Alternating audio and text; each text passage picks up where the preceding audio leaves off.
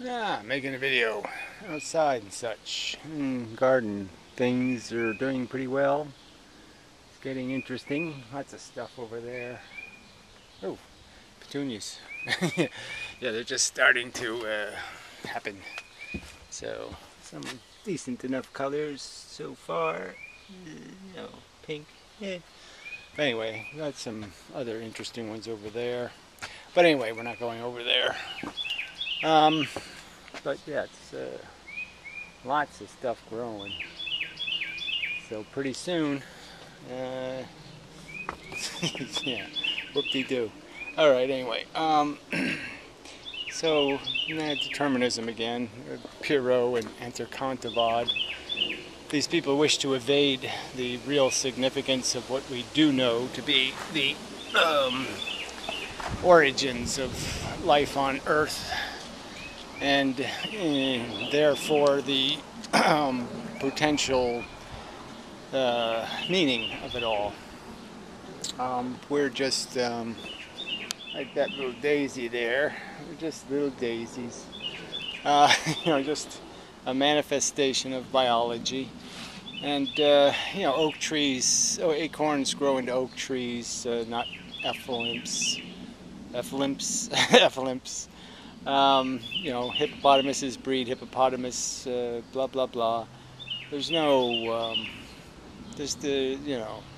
that irises over there. They're not gonna come out some kind of, bizarre manifestation unless you do something, unless you irradiate them or you do something physically, a cause and effect chain of events. And so Pyrrho turns this, uses the the fudge in physics to make declarations about what's a fact. And so instead of just conceding that there's parts of physics where we don't have a videotape, the Heisenberg principle, for example, this idea that the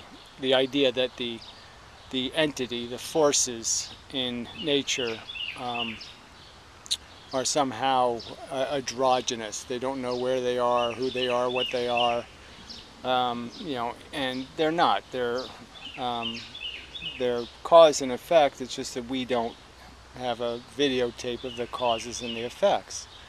And there's a range of outcomes that have to do with the fact that we can't calculate all the influences. It's kind of like a kayak going down the Colorado River or something. There's a ton of influences. We can't calculate them all. We can't predict where the boat's going to go.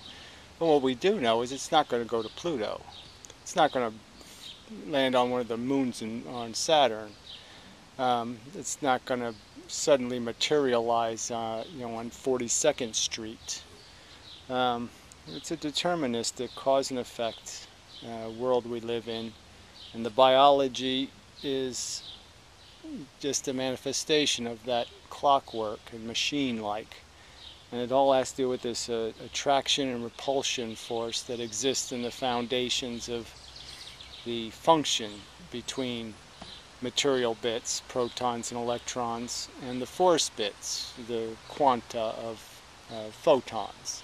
So you have electrons and I hope I just said that right. You have electrons and protons. They're this material hard bit. And then you have these photons, which are also probably hard bits, but they're small bits. And they're the force bits. And they manifest in gravity and magnetism, in the nuclear forces. And they're what is moving the material bits around, pushing them, creating tension in the environment. And that tension leads to this complex chemistry eventually. It starts off with the simple hydrogen atom, and then it goes to helium and lithium and blah blah blah blah, and we know all of this. There's nothing magical, there's no Sasquatches here. And the only stuff we don't know is just certain particulars. How many hairs are on the black bear? Yeah, okay, we don't know, but we know what the range is. We know there's not an infinite number of hairs. We know the hairs aren't going to materialize on 42nd Street. They're not going to start growing out of the asphalt.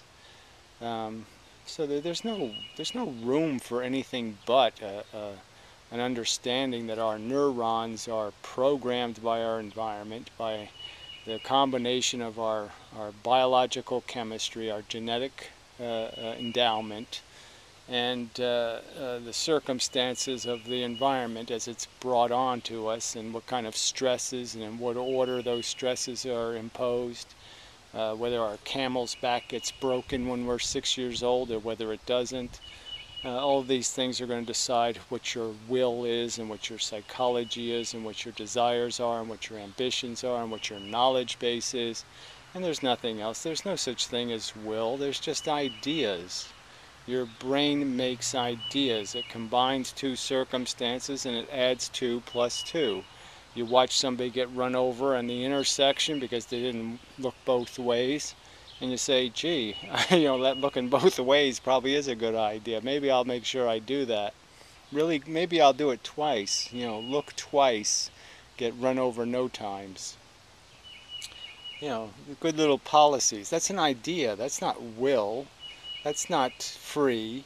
That's just being given the mathematical components and being able to see the relationship. It's somebody drawing you the picture of the triangle and showing you the squares of the lines, and you can understand the lengths are related to the area of the squares or something. And it gives you an understanding. An understanding is not a will. An understanding is an enlightenment.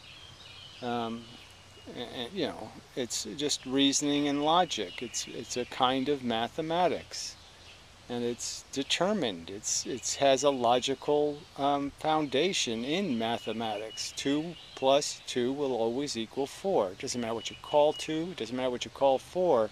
The concept of 2, 2-ness plus 2-ness will equal 4-ness. The end. It's not going to be 5, it's not going to be 7, it's not going to be any of that crap. So the whole argument is these people don't like the limiting facts of nature. They don't like the fact that I can point out that 10,000 baby sea turtles will be horribly and brutally killed for one turtle to reach maturation. I got a photograph. Maybe I can't shove it in this video, but some future video I'll put it in. There's a little garter snake caught a toad the other day, right here, and it's eating it alive. And the toad is still, its little throat is still going blah blah blah blah blah blah. It's still breathing, still trying, and all it's left is his head and his little 2 arms are the only things not eaten by this. The rest of them's already down the snake's. You can already see the rest of them's in the snake. And this is nature. It sucks. It just absolutely fucking sucks, because the day before the toad was doing the same thing to probably a baby snake. It's just disgusting. It's horrid.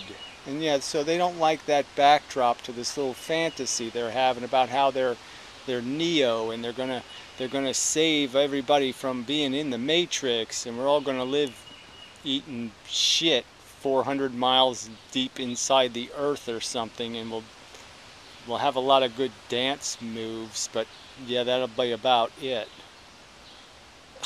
Yeah, no big screen TVs. Fuck that. Fuck these fantasy Jedi bullshit. They're just fucking sadistic masochists. They're masochistic sadists. They're sadomasochists. They're so desperate to validate. They have to create a fake mission statement and a fake notion that they're doing something essential or vital, when clearly they're doing nothing innovative or interesting at all, except a bunch of egocentric pretense of willpowering. Like there's such a thing. Like you don't have to have idea power first. Like idea power isn't exactly what creates willpower. There's no willpower without idea power. So you're just, you're just stealing the end product and misidentifying its source, which is an idea in your head. You recognize that, hey, being a dumb drunk isn't much of a way to live a life, and then you say, well, maybe we can do something about that. The idea is what bugs you, and if the idea bugs you enough, then you'll be motivated to do something about it. But if you're able to just slide the idea onto the shelf and say, well, it's not going to make me any more fuckable, so the hell with it. Chicks like a good drunk now and then. Some kind of bullshit rationalization. Or else maybe you're just kind of done with chicks, and so then you just say, who the fuck cares? Yeah, it makes me comfortable. That's part of the irony of this whole conversation, is you're having this conversation with a bunch of people who sit there and seem to need an awful lot of maintenance to make it through their life. They can't take life straight. You know, they got to inject a bunch of fantasy notions and you know, practical augmentations of their life with chemistry to get through it, so to speak. And yet they'll claim they're doing something brilliant, that their notion, that they're accomplishing something. And it's so important that we keep making average Joes to keep living out the average Joe toad snake cycle of consumption and death. You know, first you fuck somebody and then somebody fucks you, and you all think you're doing something brilliant. No. But that's not the subject. The subject isn't the fact that life is futile and stupid. But the point is that they are negating determinism, because the determinism sort of adds up to that logically. You have to take our origins for what they are, and you have to take the mechanism for what it is, which is just a hunger mechanism. The hungers aren't from some legitimate place. They aren't created by some supercomputer that says, well, what's the best thing I can do, and what's the greatest thing I can create? Oh, some kind of desperate need. You know, some kind of foolish notion that you know, I have to live another day because, you know, whatever Miss Charming pussy might be, you know, fall into my lap somehow. You know, it's you know, it's that backdrop that they're running from, and then they're using this kind of a baby notion of reality where on so many levels it's just nonsense. We know computers aren't affected by quantum irregularities. We know they can do their thing over and over and over again, and they're not going to do anything different, and Windows will load the software, and this will do that, and this will do that, and we know the only time it breaks is because something breaks it, because an error gets injected. It's not a magical break, it's not a random break, it's a break caused by something, an error caused by something. And we function the same way in this level of the universe. Even if this fairy tale of the magical, uncertain factor or something actually existed, which there's no evidence it actually exists, that's just the made-up part. We can't see it, we don't have a videotape, so they decide they can make up any story they want to. So because we don't have a videotape of the actual story, they can go ahead and make up their silly Matrix stories, or their multiverses, or their some other fake bullshit. When the simple answer is that, yeah, we just can't see the mechanisms that are causing the effect. And but the mechanisms are dependable and reliable. And just because their math is allowed to use infinities and insanely improbable events and all of that stuff, and not make a total mess, The fact is, none of that stuff ever happens. And if you did the experiment to see if there was any of those things ever did happen, you'd never see them happen. So they're just mathematical fudge. It's a little game they play. Yeah, the math is 99.99999% correct. But what makes it correct is the fact that it's creating this 1% of fudge that's totally unnecessary, because it doesn't really exist. Photons don't go to Pluto. The ones between me and this camera, it goes through the little lens, the little aperture, and it gets confused for a little while. Well, that confusion doesn't mean it goes to Pluto. Even though the math says it's a possibility. No, it's not a possibility. It's never going to happen. The bear's hair is never going to pop out of the asphalt on 42nd Street. Just not going to happen. The oak tree the acorn is not going to grow into an elephant. Not going to happen. So anyway, Piro tells this video, Determinism is stupid. And then Andakadavad makes a video basically saying, oh yes, that's a very great video because, let's all just pretend we don't know the truth.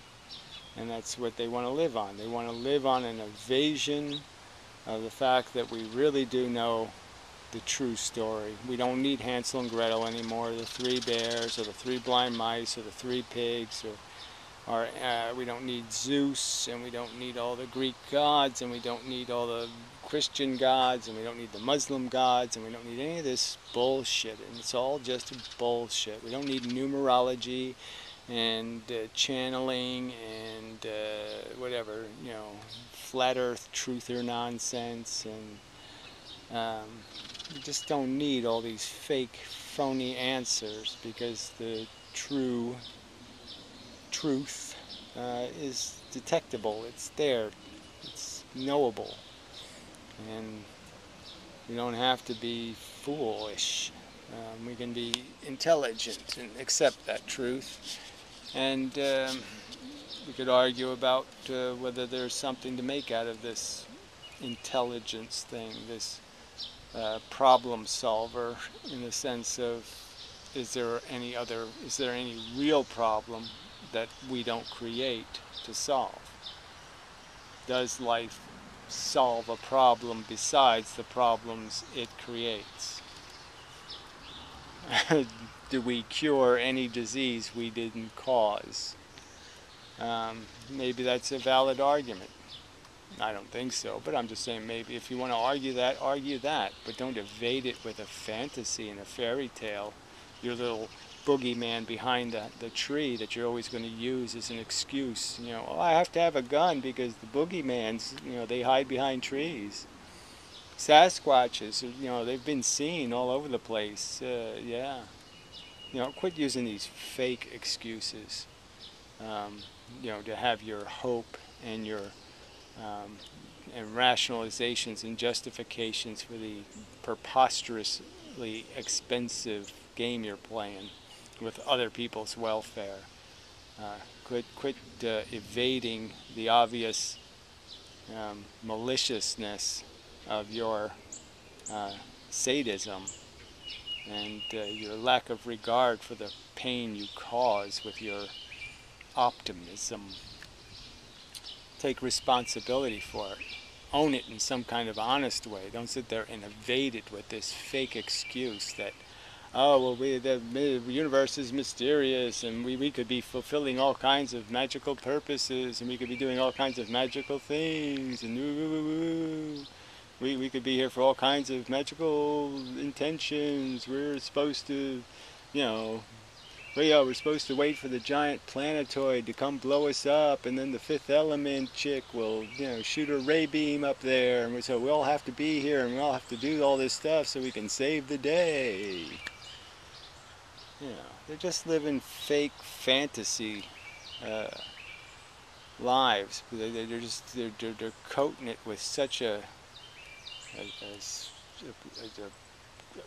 contrived, so artificial a sweetener, that they're mixing into this shit recipe to justify baking this crap, this toxic dish of pain for no gain, just to satisfy silly notions in silly heads about silly missions you're going to accomplish. And the only mission you're going to accomplish is to, puke your last breath and, shit your pants and make a funny face, and that's the end of you. That's all that's going to be. And such. So that's pretty much enough of a rant. But I mean, the truth is in evolution. It's a mechanical mechanism. These machines compete against each other, and through that competition and the attribute of mutation, that this is like grammar school evolution, just spells it out. You have error code. You build something that can be broken. It creates errors. And then you have a competition to see what errors are useful, and change is created through that process. And that's all we are, is machines that have survived a silly test of who's broken the right way on the particular day necessary. When who got lucky. What organism got lucky? The bear wore itself out eating the 5 other people before it got to you. And so you win because the bear was tired. The other guys really beat the bear, but they died. And you just lucked out. I mean, that's the shit that we're made out of. And it's not a great history. It's not an Olympic moment. It's none of that stuff. It's a sad, tragic, pitiful waste of uncalculable amounts of trauma inflicted on feeling organisms. So we can pretend we're on some grand mission in the multiverse. We're doing some essential good work. We're cleaning the streets of the multiverse. We're the street cleaning universe, and in the other universe they're building the houses, and in the other universe they're making blue skies, and we all have our jobs to do. Shit. We're just a funky daisy. We're a funky piece of biology, and we now have the capacity to do this intelligence thing, and the intelligence things lets us climb up the maze walls, and we can just see it's a stupid circular maze. It always ends in the same meat grinder, and it just depends on how long you get to spiral in the toilet water before you finally go down the hole. But that's it. There's no real competition here. There's no real race. You're all going to finish the same way. And there ain't going to be anything beautiful about it. So anyway, now that's enough of a rant maybe. I feel like I could rant some more, but yeah, I'm just going to keep stressing that evolution, it's all there. Evolution is where, just as all the branches of animals branch off of that tree, all the branches of any kind of understanding philosophically of our place in the universe is going to be understood by understanding our origins, because that origin is what creates everything about us, our desires, the fact that we are capable of doing some logic, and the real plateau evolution, where evolution does this plateau thing. So it created single-cell organisms, and then it created colony machines, and we're just a colony. We're not really a living thing, we're a colony. And then our intelligence did the same thing. It hit a new plateau of abstraction or deviation from the old staircase. a new dimension of evolution, and now that what's evolving are ideas, and understanding, knowledge bases, and I think there's enough data, enough facts to have the trial and present the evidence that intelligence doesn't have anything to do but solve problems. That's the only function, that's the only use it can possibly have. And the truth is, there aren't any problems on Mars that need solving. There's no problems on Venus that need solving.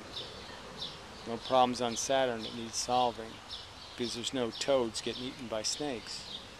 And there's no silly humans chasing silly ambitions because they're hungry, because they're forced into a deprivation state in need of comfort.